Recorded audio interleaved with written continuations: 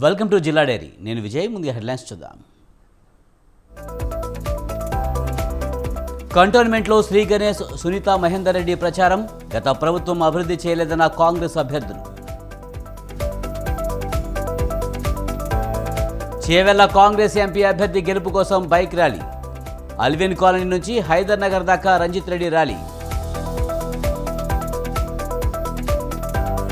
Nampally metro స్టేషన్లో multilevel car parking పూర్తి. Engineering అధికారులతో పరిశీలించిన ఎండీ ఎన్వీఎస్ రెడ్డి. తొలిసారి పాలనాధికారి రావడంతో నేరడిగొండ జీలో సంబరం. రాజర్షి షాకు మంగళహారతులతో స్వాగతం పలికిన గ్రామస్తులు.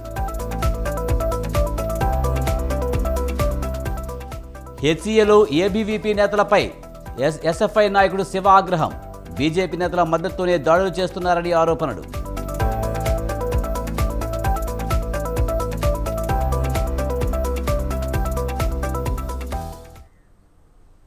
అనంతపురం జిల్లా కళ్యాణదుర్గం అసెంబ్లీ నియోజకవర్గంలో వైసీపీ అభ్యర్థి తలారి రంగయ్య ఎన్నికల ప్రచారంలో భాగంగా రోడ్ షో నిర్వహించారు. సంక్షేమ పథకాలు పారదర్శకంగా అందించిన పార్టీ వైసీపీ అని రంగయ్య అన్నారు. సంక్షేమ పథకాల అమలు జగన్తోనే సాధ్యమని, మరోసారి ఆయనను సీఎం చేసుకుందామని రంగయ్య పిలుపునిచ్చారు. ఎమ్మెల్యేగా తనను గెలిపించాలని ఓటర్లను కోరారు. బీజేపీ, టీడీపీ, జనసేన కూటమి అభ్యర్థి సురేంద్రబాబుపై వైసీపీ నేత ఉమామహేశ్వరరావు నాయుడు తీవ్ర స్థాయిలో విరుచుకుపడ్డారు. కళ్యాణదుర్గం ప్రాంత రైతుల వినాశనానికి సురేంద్రబాబు కారకుడని విమర్శించారు.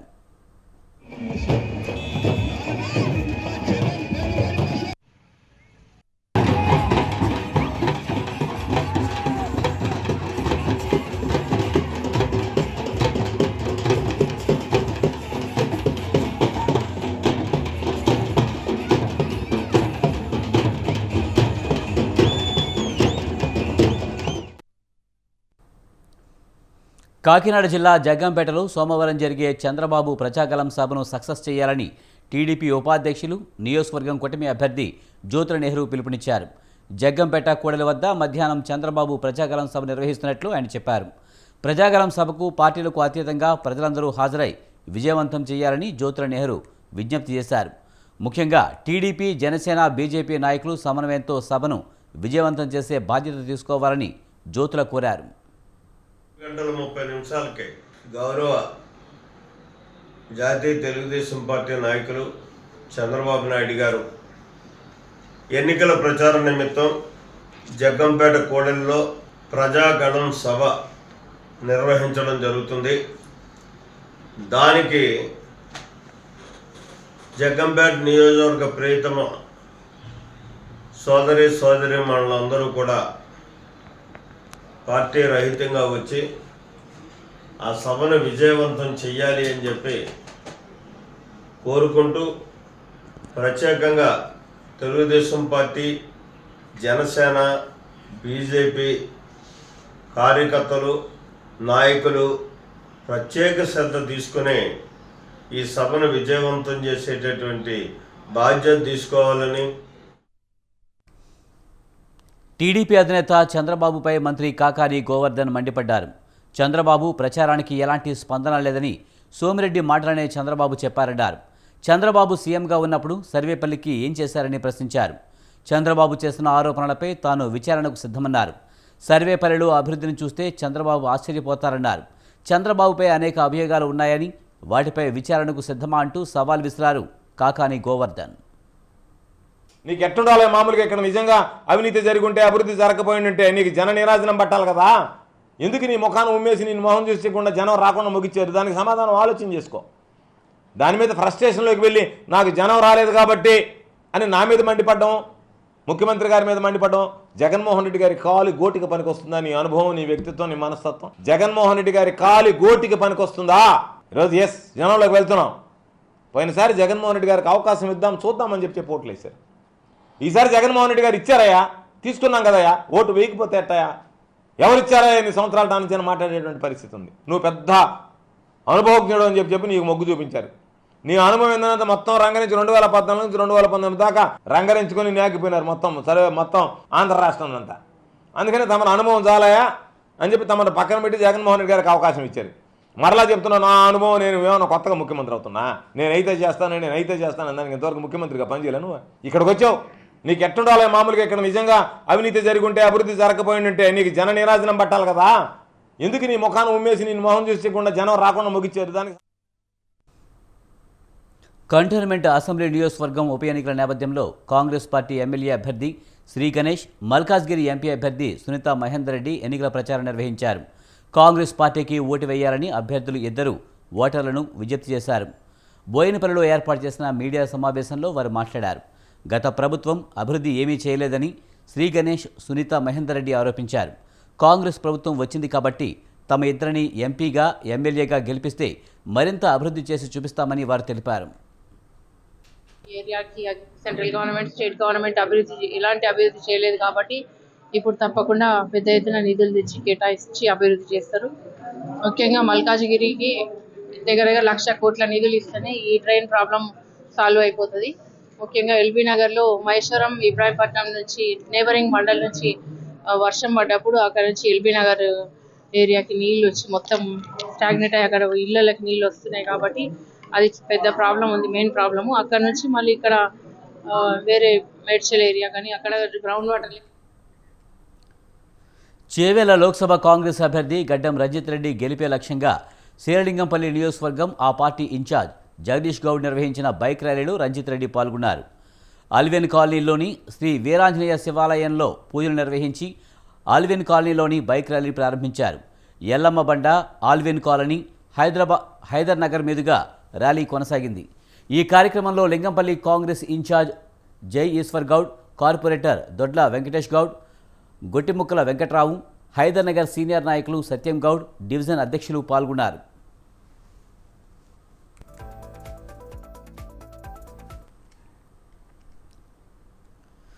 కంటోన్మెంట్ నియోజకవర్గం 5వ వార్డుకు చెందిన తేలుకుంట సతీష్ గుప్తాను కాంగ్రెస్ పార్టీలోకి రావాలని మాజీ ఎమ్మెల్యే మైనంపల్లి హనుమంతరావు అభ్యర్థి శ్రీ గణేష్ ఆహ్వానించారు. దీంతో కాంగ్రెస్ పార్టీలో 2 రోజుల్లో అధికారికంగా చేరతానని సతీష్ గుప్తా తెలిపారు. ఈ సందర్భంగా మైనంపల్లి హనుమంతరావు, శ్రీ గణేష్ మాట్లాడుతూ రేవంత్ రెడ్డి ప్రభుత్వం అమలు చేస్తున్న సంక్షేమ పథకాలను చూసి ప్రజలంతా కాంగ్రెస్ పార్టీ వైపు మొగ్గు చూపుతున్నారన్నారు Mynampally Sri Ganesh. Congress party MLA, MP అభ్యర్థులు గెలిచిన వెంటనే కంటోన్మెంట్ నియోజకవర్గాన్ని అభివృద్ధి చేస్తామని వారు తెలిపారు.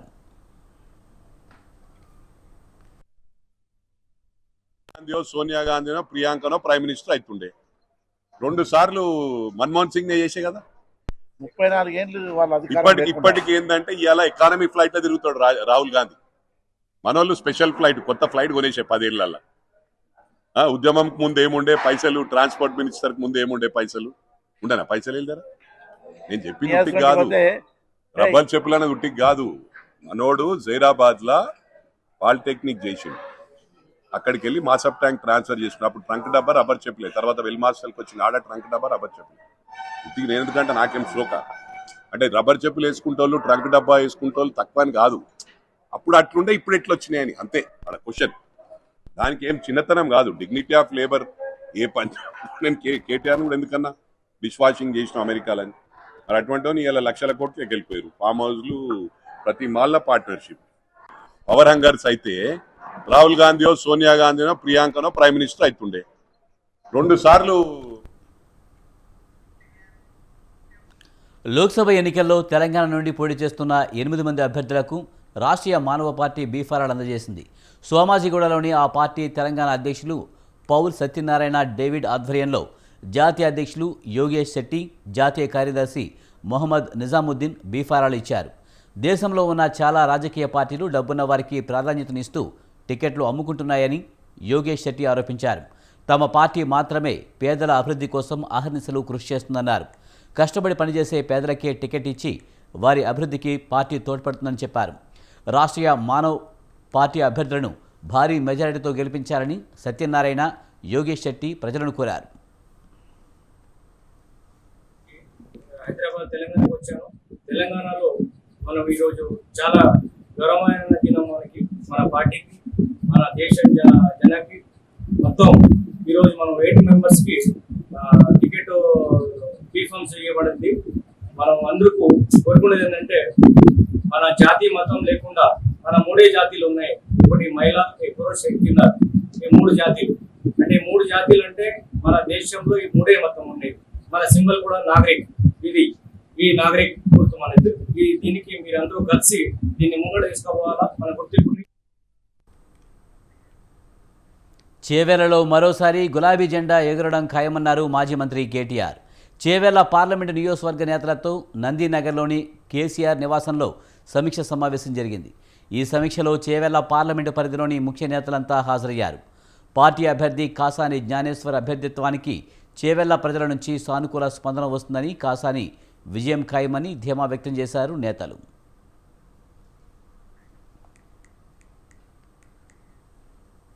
లోక్సభ ఎన్నికల ప్రచారంలో భాగంగా బీఆర్ఎస్ వర్కింగ్ ప్రెసిడెంట్ కేటీఆర్ ఈ నెల 23న వరంగల్లో పర్యటిస్తారని మాజీ ఎమ్మెల్యే దాస్యం వినయ్ భాస్కర్ తెలిపారు. బాలసముద్రంలోని బీఆర్ఎస్ పార్టీ కార్యాలయంలో ఆయన మీడియాతో మాట్లాడారు. వరంగల్ ఎంపీ అభ్యర్థి సుధీర్ కుమార్ రేపు నామినేషన్ వేయనున్నట్లు ఆయన తెలిపారు. నామినేషన్కు ముందు ర్యాలీలో పెద్ద ఎత్తున పాల్గొనాలని దాస్యం వినయ్ భాస్కర్ కార్యకర్తలకు పిలుపునిచ్చారు. అభ్యర్థి నామినేషన్ వేస్తున్న సందర్భంలో పార్టీ కార్యాలయం నుంచి నామినేషన్ స్థలం వరకు, కార్యాలయం వరకు పెద్ద ఎత్తున ర్యాలీ నిర్వహించాలి. దానికి అన్ని కూడా పర్మిషన్లు కూడా తీసుకోవడం జరిగింది. కేటీ రామారావు గారు వర్ధనపేట్ మరియు వరంగల్ ఈస్ట్ నియోజకవర్గ విస్తృత స్థాయి సమావేశానికి రాబోతున్నారు. డి కన్వెన్షన్ సెంటర్లో వర్ధనపేట్ నియోజకవర్గం సమావేశం నిర్వహించడం జరుగుతుంది. నాని గార్డెన్స్లో ఆ సమావేశం జరుగుతుంది. ఈ 2 సమావేశాలకు కూడా గౌరవ BRS party working president KT Rama Rao రాబోతున్నారు. టీజేఎస్ అధ్యక్షులు ప్రొఫెసర్ కోదన్ రామ్ని మర్యాదపూర్వకంగా కలిశారు మెదక్ పార్లమెంట్ కాంగ్రెస్ అభ్యర్థి నీలం మధు ముదిరాజ్. ఈ సందర్భంగా లోక్సభ ఎన్నికల్లో తనకు మద్దతిచ్చి తన విజయానికి సహకరించాలని కోరారు. దీనిపై స్పందించిన కోదన్ రామ్ త్వరలో మెదక్ పార్లమెంటు పరిధిలోని ప్రజా సంఘాలన్నింటినీ సమన్వయం చేసి సమావేశం ఏర్పాటు చేసి నిర్ణయాన్ని ప్రకటిస్తామని తెలిపారు.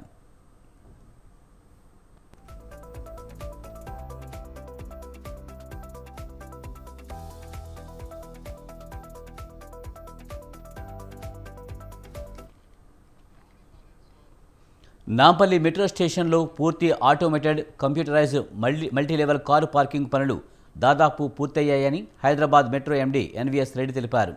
ఇంజనీరింగ్ అధికారులతో కలిసి ఆయన ఎండీ ఎంఎల్పీ పనులను పరిశీలించారు. పీపీపీ విధానంలో ఈ ప్రాజెక్టుని 80 కోట్ల రూపాయల ప్రైవేటు పెట్టుబడితో నిర్మిస్తున్నామని ఎండీ అన్నారు. అత్యంత ఆధునిక సాంకేతిక పరిజ్ఞానంతో మన దేశంలో ప్రప్రథమంగా జర్మన్ పాలిస్ పార్కింగ్ విధానంలో తక్కువ స్థలంలో ఎక్కువ వాహనాలు పార్క్ చేసేలా ప్రాజెక్టు చేపట్టామని ఎన్వీఎస్ రెడ్డి అన్నారు. నాంపల్లి మెట్రో రైల్వే స్టేషన్ సమీపంలో అరెకరంలో 15 అంతస్తుల కాంప్లెక్స్ నిర్మించారు.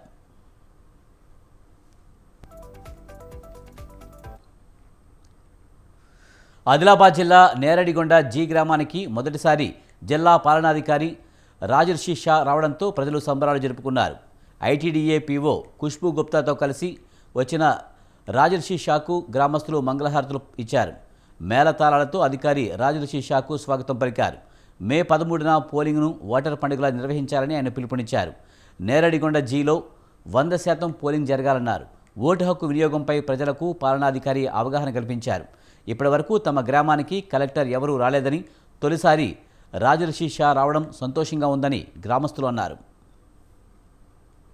ధన్యవాదాలు, శుభాకాంక్షలు కూడా తెలియజేస్తున్నాను. ఎందుకంటే ఇంత దూరం ఉన్నా కూడా ఒక మంచి వాతావరణం ఉంది.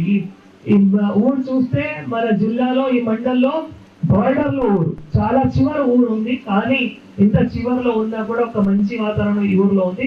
ఈ మంచి వాతావరణం మీరు ఖచ్చితంగా కొనసాగాలి, బతకాలి. మీ పిల్లల భవిష్యత్తు కూడా మంచిగా ఉండాలి. పిల్లల విద్య కానీ హైదరాబాద్ సెంట్రల్ యూనివర్సిటీలో తమపై దాడులు చేసిన ఏబీవీపీ నాయకుల మీద చర్యలు తీసుకోవాలని డిమాండ్ చేశారు ఎస్ఎఫ్ఐ నేతలు. బీజేపీ నేతల మద్దతుతోనే ఏబీవీపీ విద్యార్థులపై దాడులు చేస్తున్నారని మీడియా సమావేశంలో ఆరోపించారు.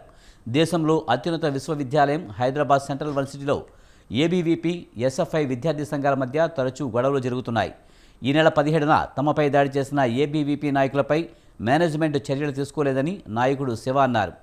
హెచ్సీఏలో గొడవలు జరగకుండా చూడవలసిన బాధ్యత మేనేజ్మెంట్ మీద ఉందని, వర్సిటీలో ప్రశాంతత తీసుకురావాలని శివ అన్నారు. 80 మందిని పోగేశారు.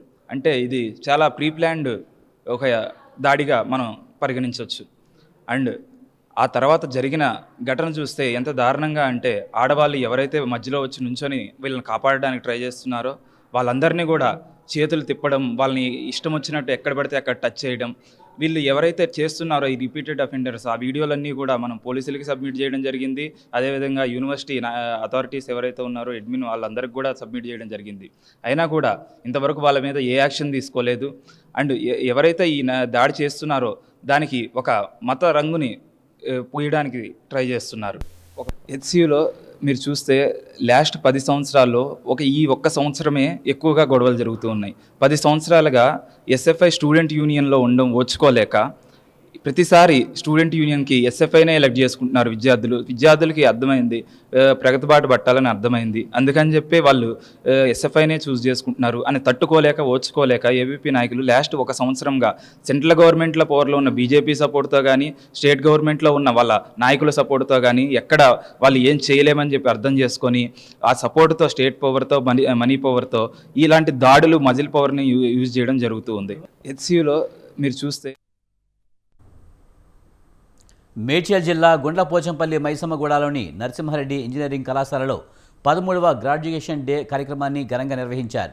ఈ కార్యక్రమానికి ముఖ్య అతిథులుగా Telangana high court chief justice Venugopal Rao, JNTU examinations director Arun Kumari హాజరయ్యారు. ఇంజనీరింగ్ పూర్తయిన విద్యార్థులకు యోగ్యతా పత్రాలను అందజేసి వారిని సత్కరించారు. ఈ సందర్భంగా నేటి విద్యార్థులే రేపటి దేశ భవిష్యత్తుని, జీవితంలో ఎన్ని ఒడిదుడుకులు ఎదురైనా ధైర్యంగా వాటిని ఎదుర్కొని ముందుకు సాగాలన్నారు జస్టిస్ వేణుగోపాలరావు. స్టూడెంట్స్కి వాళ్ళ పేరెంట్స్కి I wish you all the best. చాలా హ్యాపీగా ఉంది కాలేజ్కి వచ్చి అవుట్ గోయింగ్ స్టూడెంట్స్తో మీట్ అవ్వడము, వాళ్ళ అచీవ్మెంట్స్, వాళ్ళ ఫ్యూచర్ గోల్స్ అవి తెలుసుకోవాలని అనుకున్నాను. So I'm very much happy to be here. Borabanda side 3లోని శ్మశాన వాటికను ఎంతో అభివృద్ధి చేసి అన్ని సౌకర్యాలు కల్పించామని తెలంగాణ వడ్డెర ఐక్యవేదిక అధ్యక్షులు వేముల యాదయ్య అన్నారు. భాగ్యరి వృత్తిదారులు కొందరు అడవయ్య ఉసుగొల్పి తమపై కేసులు పెట్టేందుకు యత్నిస్తున్నారని ఆరోపించారు. వారిని అడవయ్య భయపెట్టి వారి కష్టానికి తగిన ప్రతిఫలం ఇవ్వడం లేదని యాదయ్య చెప్పారు. 18 బస్తీల వారు ఈ శ్మశాన వాటిక వాడుకునేలా 1992లో ఏర్పాటు చేసినప్పటికీ ఇతర ప్రాంతాల వారిని కూడా ఇందులోనే ఖననం చేస్తున్నట్టు తెలిపారు. దీంతో 5 ఎకరాల శ్మశాన వాటిక స్థలం సమాధులతో నిండిపోయిందని యాదయ్య చెప్పారు. దేవాడు 1992లో స్టార్ట్ అయింది. 90లో స్టార్ట్ అయింది కానీ 92లో పూర్తి పేరుగా స్టార్ట్ అయింది. అప్పుడు మన మంత్రిగా ఎమ్మెల్యేగా ఈ జనార్దన్ రెడ్డి గారు ఉండే, ఆయన ఆధ్వర్యంలో జరిగింది. అదొక వాస్తవము. మేము టీఆర్ ఎస్పీఆర్ ఉమ్మడి బస్తీలో గెలిచి ఒక డెవలప్మెంట్ కమిటీగా పెట్టుకున్నాము. ఆ డెవలప్మెంట్ చేసి ఈ రకంగా 2021 వరకు మేము పనులు చేసినాం.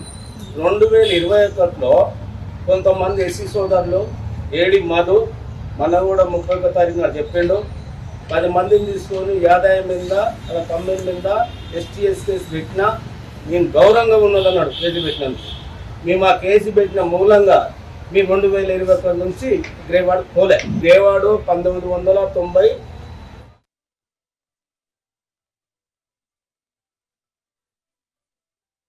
ఆపరేషన్ చేయూత ఫలితమే మావోయిస్టుల లొంగుబాటుకు ప్రధాన కారణమని భద్రాచలం ఏఎస్పీ పరతోష్ పంకజ్ తెలిపారు. తెలంగాణ పోలీసులు ఆపరేషన్ చేయూత పేరుతో మావోయిస్టులు జనజీవన స్రవంతిలో కలవాలని పిలుపునిచ్చారు. ఈ నేపథ్యంలో CPI Maoist party militia committee సభ్యులుగా పనిచేస్తున్న 6 సభ్యులు ఏఎస్పీ ఎదుట లొంగిపోయారు. పోలీసులు నిర్వహించిన అవగాహన కార్యక్రమాలకు ఆకర్షితులై లొంగిపోతున్నామని సభ్యులు తెలిపారు. జనజీవన స్రవంతిలో గడపాలనుకునే మావోయిస్టులకు పోలీసు యంత్రాంగం తరపున పూర్తి సహాయ సహకారాలు ఉంటాయని ఏఎస్పీ పరతోష్ పంకజ్ తెలిపారు. లొంగిపోయిన సభ్యులకు జీవనోపాధి పునరావాసం కల్పించడం తమ బాధ్యతని ఆయన చెప్పారు.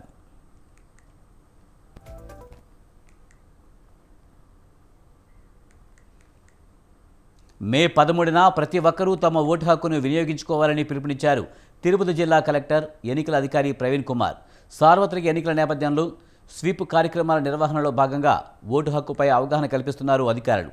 ఈ కార్యక్రమంలోని తిరుపతిలోని ఎంఆర్పల్లి సర్కిల్ నుండి లక్ష్మీపురం సర్కిల్ వరకు బైక్ ర్యాలీ నిర్వహించారు. ఈ ప్రోగ్రాంలో పాల్గొన్న జిల్లా కలెక్టర్, మున్సిపల్ కమిషనర్లు బైక్ ర్యాలీని ప్రారంభించారు. ప్రజలకు ఎలాంటి ప్రలోభాలకు గురికాకుండా ప్రజాస్వామ్యబద్ధంగా ఓటర్లు తమ ఓటు హక్కును వినియోగించుకోవాలని పిలుపునిచ్చారు.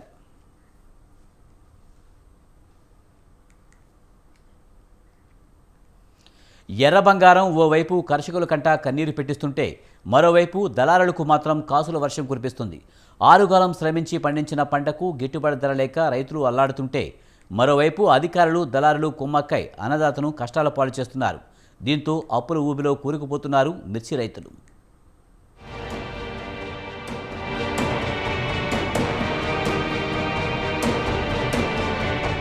ఆరుగాలాలు ఎంతో శ్రమించి పండించిన పంటకు అన్నదాతకు సరైన గిట్టుబాటు ధర రాక మార్కెట్కు తీసుకొచ్చి అమ్ముదామంటే అడవి, కొందామంటే కొరివి అన్న సందర్భంగా ఏర్పడుతుంది.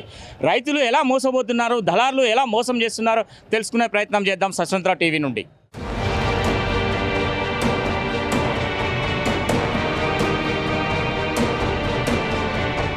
ఎర్ర బంగారంతో వరంగల్ ఎనిమాముల మార్కెట్ కళకళ్లాడుతున్నా రైతుల కంట కన్నీరు ఆగడం లేదు.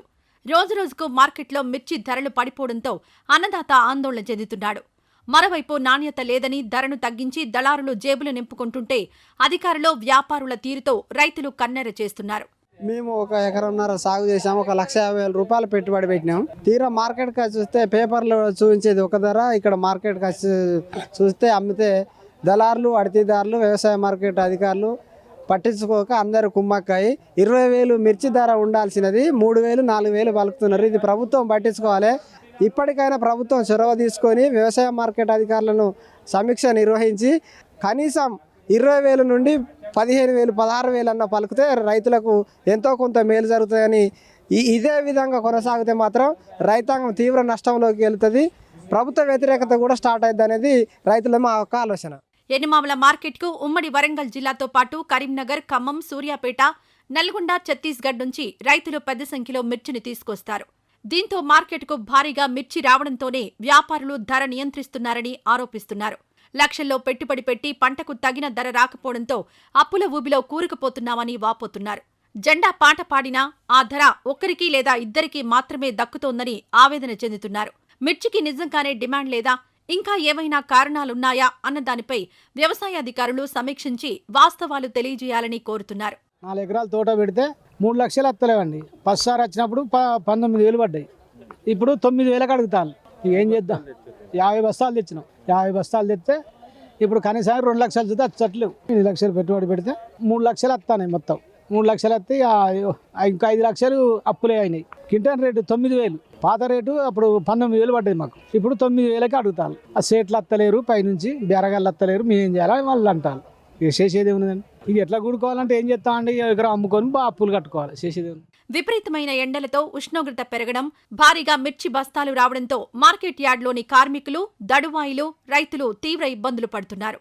పంట అమ్మే వరకు అక్కడే ఉండాల్సి రావడంతో యార్డ్లో కనీస సౌకర్యాలు కల్పించడం లేదని మండిపడుతున్నారు మిర్చి రైతులు. అలాగే యార్డ్ను శుభ్రంగా ఉంచాలని కోరుతున్నారు. ఇక్కడి అధికారులు, వ్యాపారస్తుల తీరుపై జిల్లా కలెక్టర్ దృష్టి సారించి తమ సమస్యలను పరిష్కరించాలని కోరుతున్నారు. వరంగల్ ఎనమాముల మార్కెట్ ఆసియాలోనే అతిపెద్ద మార్కెట్ ఇది. పోయినసారి నుంచి పోలిస్తే పోయినసారి 23,000, 24,000 తేజాలకు ఉండే.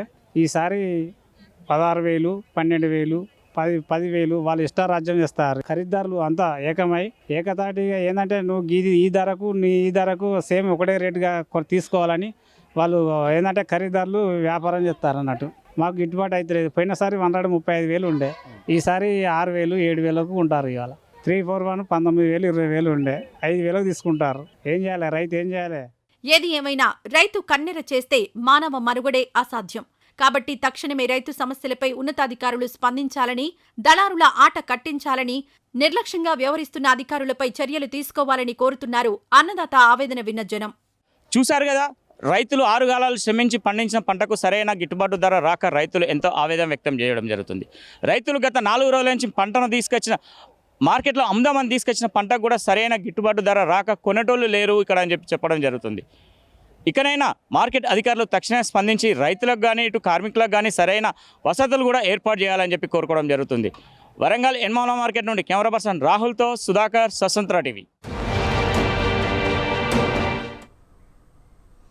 మామూలు ఇవ్వనందుకే తమ ఆటోలను పట్టుకుని లోపల పెట్టారని తాండూరు పోలీస్ స్టేషన్ ముందు బెల్లంపల్లికి చెందిన ఫజానా కుటుంబీకులు ఆందోళన చేపట్టారు. మంచిర్యాల జిల్లా తాండూరు మండలంలో అక్రమంగా పీడీఎస్ రైస్ తరలిస్తున్న ఆటోను పోలీసులు పట్టుకున్నారు.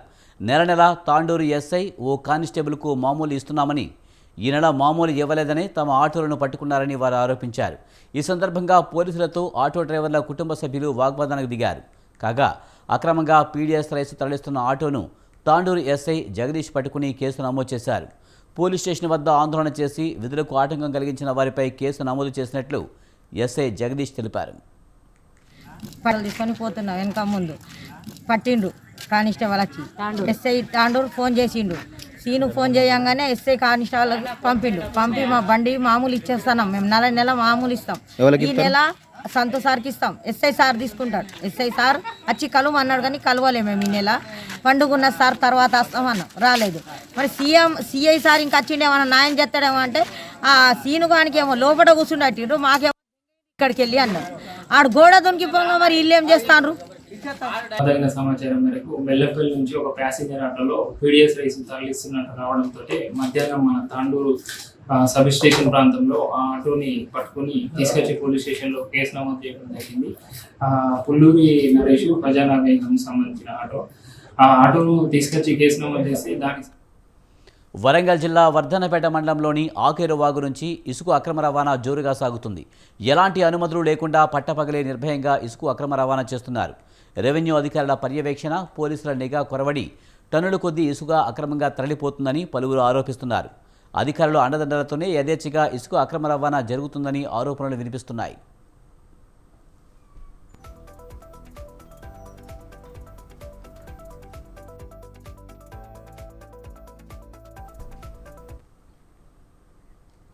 ఇది ఇవాటి జిల్లా డైరీ. చూస్తూనే ఉండండి స్వతంత్ర.